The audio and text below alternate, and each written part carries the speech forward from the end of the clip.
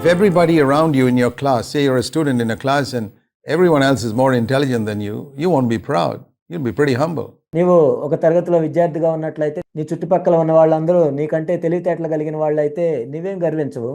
But you go to another school where everybody in your class is less intelligent than you, you'll be proud. కానీ నువ్వు మరొక పాఠశాలకు వెళ్ళినట్లయితే నీ చుట్టుపక్కల ఉన్న వాళ్ళందరూ నీకంటే తక్కువ తెలివితేటలు కలిగిన వాళ్ళైతే నువ్వు గర్విస్తావు. See, pride comes by comparison and humility comes by comparison too. గర్వం అనేది పోల్చుకోవటం ద్వారా కలుగుతుంది, దీనత్వం కూడా పోల్చుకోవటం ద్వారానే కలుగుతుంది. So when a person is very clever and intelligent and he compares himself with most of the people around him, he tends to be proud. ఒక వ్యక్తి ఎంతో మేధస్సును కలిగి వివేకం కలిగినట్లయితే తన చుట్టూ ఉన్న వాళ్ళతో పోల్చుకొని ఎంతో గర్విస్తూ ఉంటాడు. And it's that pride that hinders him from getting revelation. ఆ ప్రత్యక్షత రాకుండా చేసేది ఆ గర్వమే. In another place, Jesus said, how difficult it is for a rich person to enter God's kingdom. ఇంకొక చోట యేసుక్రీస్తు ప్రభువారు ఏం చెప్పారంటే ధనవంతులైన వారు పరలోక రాజ్యంలో ప్రవేశించుట ఎంతో కష్టం అని చెప్పారు. I mean, some people have inherited wealth. They didn't go after money. కొంతమందికి ఆస్తులు అనేవి వంశపారంపర్యంగా వస్తూ ఉంటాయి, వాళ్ళేమి డబ్బులు వెంట పరిగెత్తరు. Maybe their father was a rich man, they've inherited it and they are rich. బహుశా వాళ్ళ తండ్రి ఎంతో ధనవంతుడై ఉండొచ్చు కాబట్టి ఆ ధనం మొత్తం ఈయనకి వస్తుంది కాబట్టి ఈయన కూడా ధనవంతుడు అవుతాడు. Maybe millionaires, born into millions. What can they do?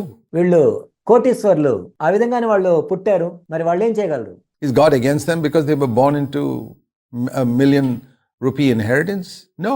అంటే అంత ఎక్కువ డబ్బులు కలిగి ఉన్న కుటుంబంలో ఆయన పుట్టాడు కాబట్టి దేవుడు అతనికి వ్యతిరేకం ఉంటాడా?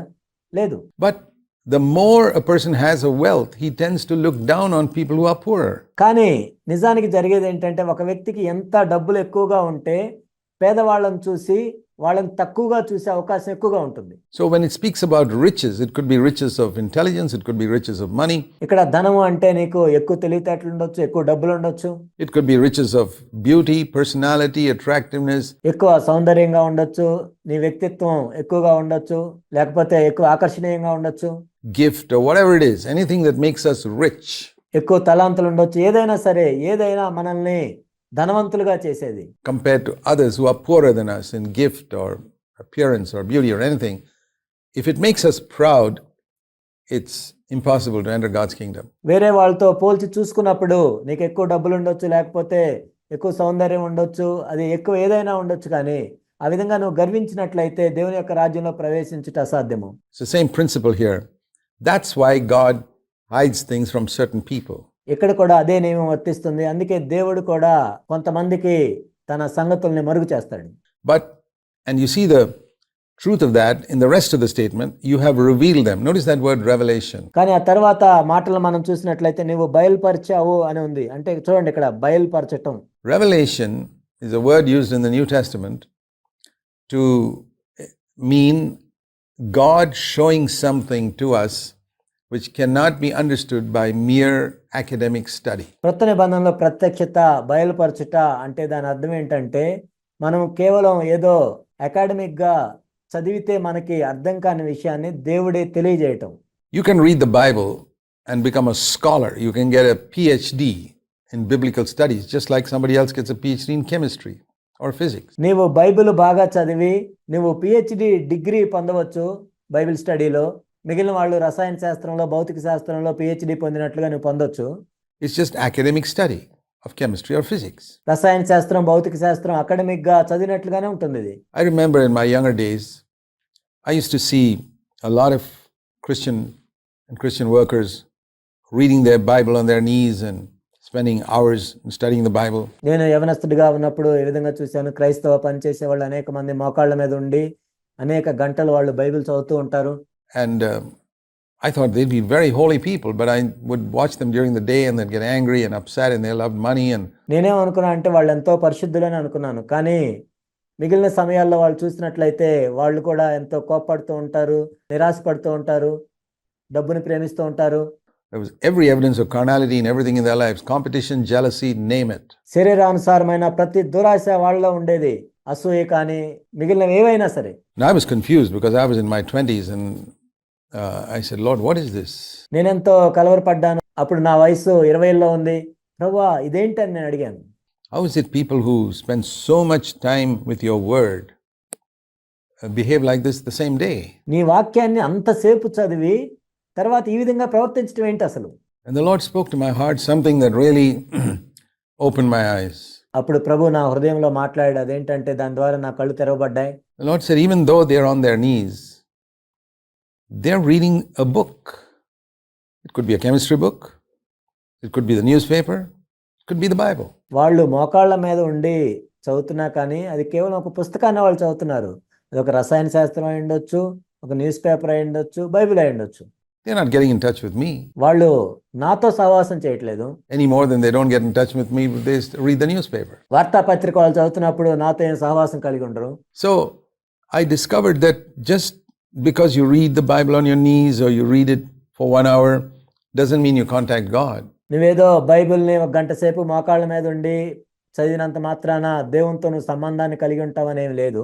If you contacted God, your life would be changed. మరి నువ్వు దేవునితో సంబంధం కలిగి ఉన్నట్లయితే నీ జీవితం మారిపోయి ఉండేది కదా.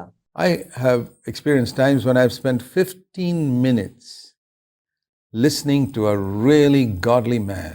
నాకు కొన్ని అనుభవాలు ఉన్నాయి. నిజమైన దైవజనుడు ఆయన చెప్పేది 15 నిమిషాలు నేను విన్నా కానీ And the effect of it is sometimes lasted for years. దాని ప్రభావము అనేక సంవత్సరాలు ఉంటుంది. 15 minutes with a godly man ఒక దైవజనుడితో 15 నిమిషాలు మాట్లాడటం changed the direction of my life sometimes. కొన్నిసార్లు నా జీవిత గమనమే మారింది. Can you imagine what will happen if you spend 15 minutes with God himself? అసలు దేవునితోనే నువ్వు 15 నిమిషాలు ఉంటే ఏం జరుగుతుందో ఊహించగలవా? Here are people spending half an hour reading the Bible and their lives are not changed. They are not spending time with God. కానీ ఇక్కడ మనం చూసినట్లయితే వాళ్ళు అర్ధగంట బైబిల్ చదువుతున్నా కానీ వాళ్ళ జీవితంలో ఎటువంటి మార్పు లేదు. నిజానికి వాళ్ళు దేవునితో సమయాన్ని గడపటం లేదు. They are using their cleverness and intelligence to read the Bible. వాళ్ళ మేధస్సుని తెలివితేటల్ని ఉపయోగించి వాళ్ళు బైబిల్ చదువుతున్నారు. Perhaps you're reading the Bible like that and you got a lot of information. బహుశా నీవు కూడా బైబిల్ ఆ విధంగానే చదువుతున్నావేమో. నీ దగ్గర చాలా సమాచారం ఉండొచ్చు బైబిల్ గురించి. But you still fight and quarrel at home. అయినా కానీ నీవు ఇంట్లో తగాదులు పెట్టుకుంటావు, పోట్లాడుకుంటూ ఉంటారు. Criticize, you backbite, you're jealous, you're in competition with others. విమర్శలు చేస్తూ ఉంటావు, వేరే వాళ్ళ గురించి వెనక మాట్లాడుతూ ఉంటావు, ఇతరుల గురించి అసూయపడుతూ ఉంటావు. You haven't got revelation. నీవు ప్రత్యక్షతను పొందలేదు. You got a lot of understanding. నువ్వు చాలా అర్థం చేసుకున్నావు. But the Bible says in Proverbs 3:5, don't lean upon your understanding, it'll lead you astray. Bible ఏం చెప్తుందంటే సామెతలు 3:5లో నీ స్వబుద్ధిని ఆధారం చేసుకోవద్దు, అది నిన్ను నాశనానికి నడిపిస్తుంది. Trust in the Lord. ప్రభువు యందు నమ్మిక ఉంచు. What we need is revelation. మనకు అవసరమైంది ఏంటంటే ప్రత్యక్షత, బయలుపాటు. And here in Matthew 11:25, the Lord says to whom he gives revelation, all that Jesus taught. Here's what Jesus taught. మత్తయి సువార్త 11:25లో యేసు ప్రభు చెప్తున్నారు ఎవరికి ఆయన ఈ ప్రత్యక్షతనిస్తాడు. యేసు బోధించిందంతా మనం వింటున్నాం.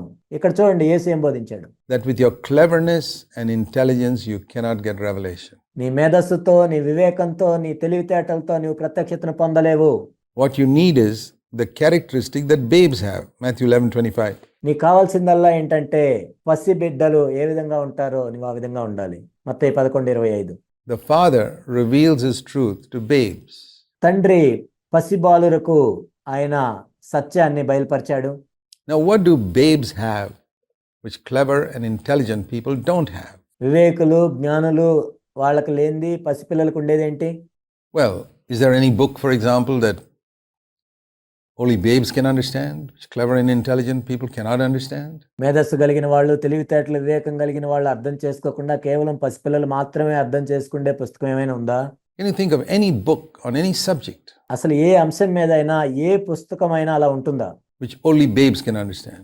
Only little children can understand. కేవలం పసి పిల్లలు మాత్రమే అర్థం చేసుకునే పుస్తకం. Clever and intelligent people won't understand it. తెలివితేటలు, వివేకం కలిగిన వాళ్ళు అసలు అర్థం చేసుకోలేని పుస్తకం. There's only one book like that in the whole world, and that's the Bible. ఈ ప్రపంచం అంతట్లో ఒకే ఒక పుస్తకం అలా ఉంది, అదే Bible.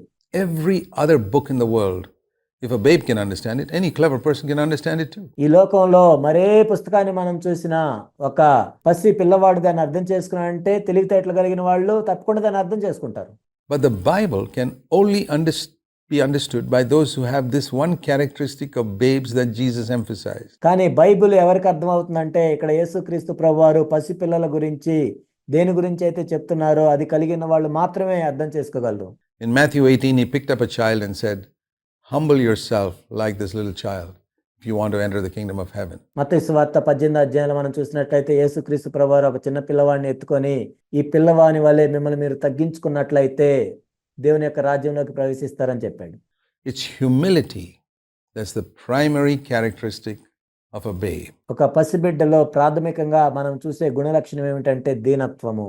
And there are other characteristics too. Simple trust. ఇతర లక్షణాలు కూడా ఉంటాయి. అదేంటంటే సామాన్యంగా నమ్మటం. The child simply trusts its mother or father. ఒక పసి పిల్లవాడు తన తండ్రినో తల్లినో ఎంతో సామాన్యంగా నమ్ముతాడు. Whatever the mother and father teaches it, it believes. తల్లి కానీ తండ్రి కానీ ఏమి చెప్పినా వాళ్ళు నమ్ముతారు. Because it trusts. ఎందుకంటే ఆ నమ్మిక అనేది వాళ్ళకు ఉంటుంది. And even if it's given wrong information, it believes it. It's simple trust. Now, ఒకవేళ వాళ్ళకి తప్పుడు సమాచారం ఏమైనా ఇచ్చినా కానీ వాళ్ళు నమ్ముతారు. అది సామాన్యమైన నమ్మకం వాళ్ళకు.